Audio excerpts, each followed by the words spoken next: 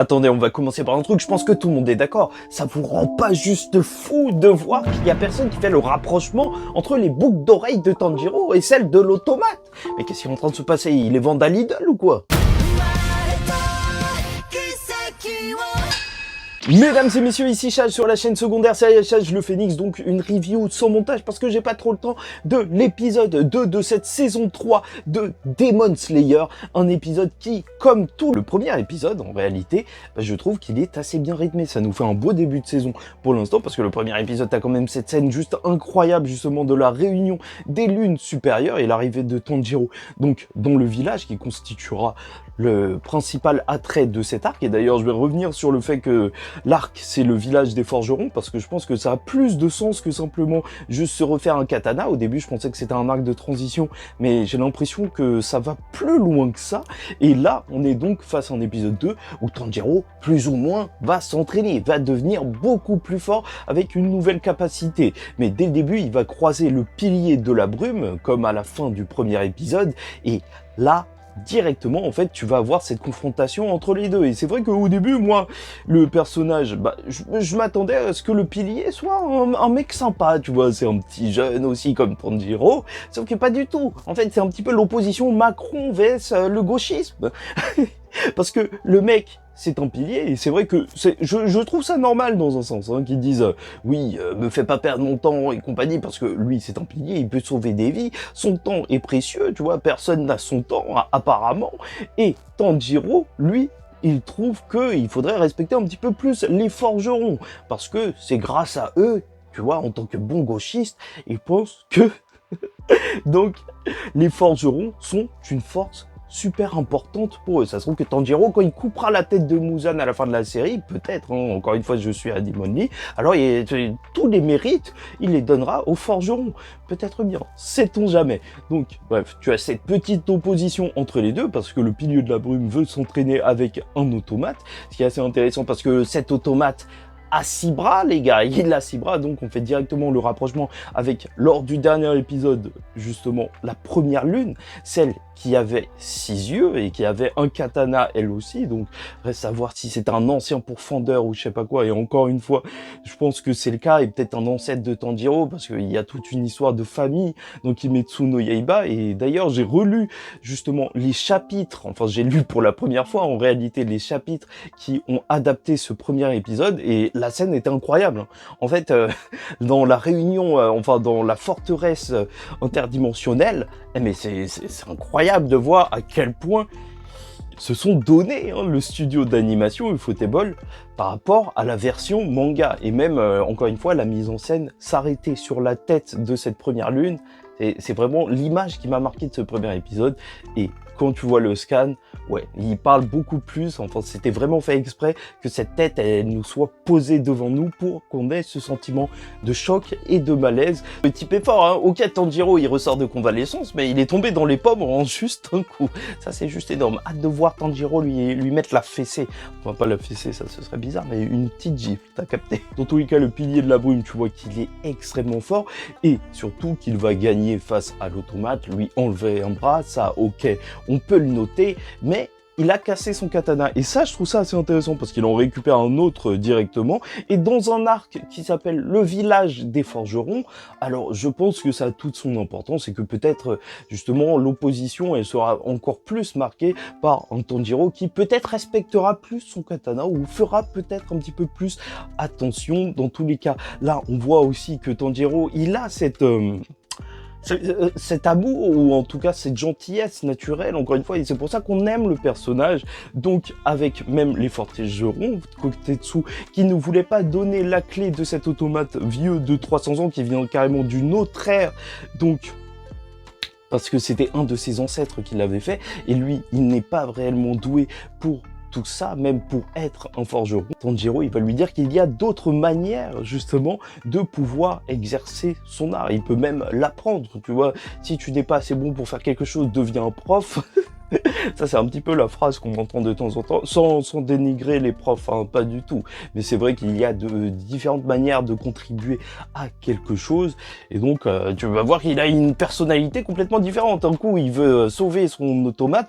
L'autre coup, il a tellement la haine contre le pilier de la brume qu'il veut entraîner Tanjiro. Et c'est sur ça qu'il va avoir son entraînement. Un entraînement que je trouve assez intéressant parce que Kimetsu no Yaiba, en vrai, ça nous a montré l'opposition justement entre les démons et les humains, avec Rengoku et Akaza même, donc qui avaient un corps qui était fragile. Et la fragilité des pourfendeurs, c'est quelque chose que tu ressens durant toute la série, et qui est peut-être même un thème de cette série. Les pourfendeurs qui, eux, sont changeants, sont faibles, peuvent être blessés, et c'est pour ça qu'ils en ont beaucoup, en fait, des cicatrices et compagnie, alors que les démons, eux, ont une sorte d'immortalité. Et c'est pour ça que je trouve ça génial, justement, que cette nouvelle capacité qu'il a plus ou moins, ce soit de l'esquive et pas juste devenir plus fort, plus résistant.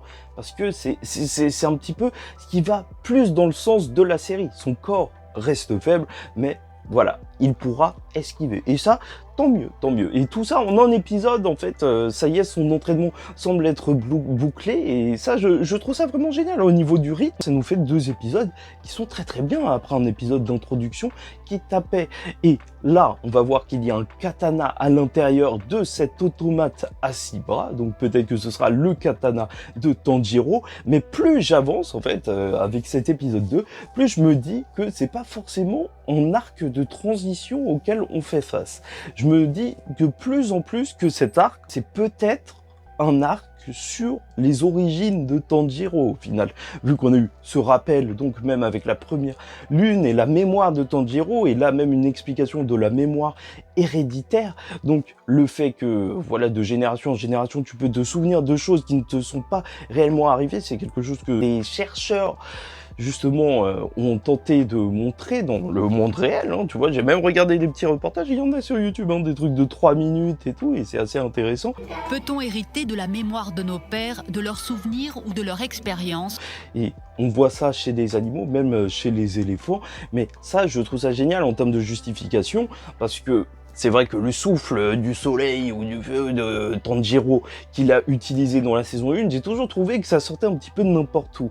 Mais là, on a de plus en plus d'explications sur ça. En vrai, s'il y a une mémoire héréditaire, bah, ça se trouve que Tanjiro, tout ça aussi vient de ce moment, en fait, du fait que, en fait, dans sa chair, peut-être que c'est ancré le fait qu'il y ait le souffle du soleil. En plus, qu'il ait vu son père danser sous la neige. Ça, c'est dit comme ça a l'air complètement zinzin. On a donc même le pilier de la brume qui serait aussi un descendant d'un utilisateur du souffle du soleil. C'est vrai que globalement cet arc il pourrait revenir sur les origines de Tanjiro, ça pourrait être ça plus qu'un arc de transition, dans le sens où au final, même il a un petit souvenir en voyant, enfin ça lui rappelle quelque chose quand même de voir cet automate. Et c'est assez drôle d'ailleurs, automate dans cet univers, je m'attendais pas à voir ça, tu vois. Est-ce qu'il y a un mec qui va se battre avec des automates, avec des marionnettes ou je sais pas quoi? Peut-être bien, à partir du moment où il y en a, ça pourrait peut-être arriver. Je trouve qu'il y a beaucoup d'éléments mis en place pour qu'on puisse élargir, en tout cas, si ce n'est découvrir, parce que peut-être que les révélations se feront dans un autre arc, le passé de Tanjiro. Peut-être que c'est un arc qui va montrer plein de choses par rapport à son passé, et ça, en fait, je n'en doute pas dans un certain sens. C'est d'autant plus approprié que c'est un arc sur le village des forgerons. Je sais que ça a l'air complètement zinzin, mais quand tu fais le lien, ce qui est à l'origine des pourfendeurs, c'est peut-être même juste leur épée, parce que s'ils n'ont pas d'épée, bah, c'est pas des pourfendeurs, hein, c'est juste des mecs qui se transforment en steak à chaque fois qu'ils se battent contre des démons. Donc là, c'est vrai que peut-être plus calé dans le passé, même l'origine même d'un pourfendeur avec les épées, on s'arrête aussi sur le passé de Tanjiro, ou en tout cas, il devient de plus en plus mystérieux. Et c'est pour ça que, vraiment, hein, l'image globale de cet arc, elle devient de plus en plus intéressante, et même cohérente. Hein. Là, il y a vraiment un truc qui est en train de se jouer, et bah, je vais pas vous mentir, hein, c'est tout pour moi, mais voilà, ça m'intrigue bien, j'ai hâte de voir si ce katana, il a un truc spécial, enfin, espérons, vu qu'il était au milieu de cette poupée d'entraînement, entre guillemets. Voilà, assez sympa, découverte d'un second pilier, et encore une fois, je vous remercie pour vos commentaires, parce que même la semaine dernière, vous n'avez pas spoilé, et ça, c'est juste un plaisir, et même juste faire des petites remarques comme quoi, ils ont changé le dialogue de Akasa, alors que, normalement, on appuyait bien le fait qu'il ne mange pas de femmes. Bah, je trouve ça assez intéressant parce que je vous disais que il y avait un côté un petit peu noble à travers son personnage, et c'est vrai que apparemment dans le manga en tout cas on le ressent peut-être un petit peu plus grâce à ça, et là sûrement qu'il y a d'autres changements, mais ça nous fait un épisode globalement encore une fois très bien rythmé. Je suis très bien, j'ai très hâte de voir la suite, voilà, même pour un épisode d'entraînement, de transition si tu veux, alors ça me met bien. Certains lecteurs du manga en commentaire m'ont dit que, en fait, ce qui faisait aussi la force de cet arc, c'était qu'on pensait que c'était possiblement un arc de transition, mais au final, on voyait des lunes supérieures, et ça, c'était choquant. Et c'est vrai que c'est un petit peu dommage à chaque fois, le teasing comme ça, mais vu l'animation qui est hyper qualitative, et le manga qui est terminé depuis longtemps, je pense qu'il s'en fiche limite du spoil, ce qui est un petit peu triste, hein, tu vois, mais bon, ça marche comme ça. Et on verra bien. N'hésitez pas à liker ou disliker la vidéo, commenter, donner votre avis en global sur cet épisode que j'ai beaucoup apprécié, et à vous abonner si vous n'êtes pas encore abonné. En attendant la suite, je vous dis ciao tout le monde, faites très attention à vous et surtout paix sur vous.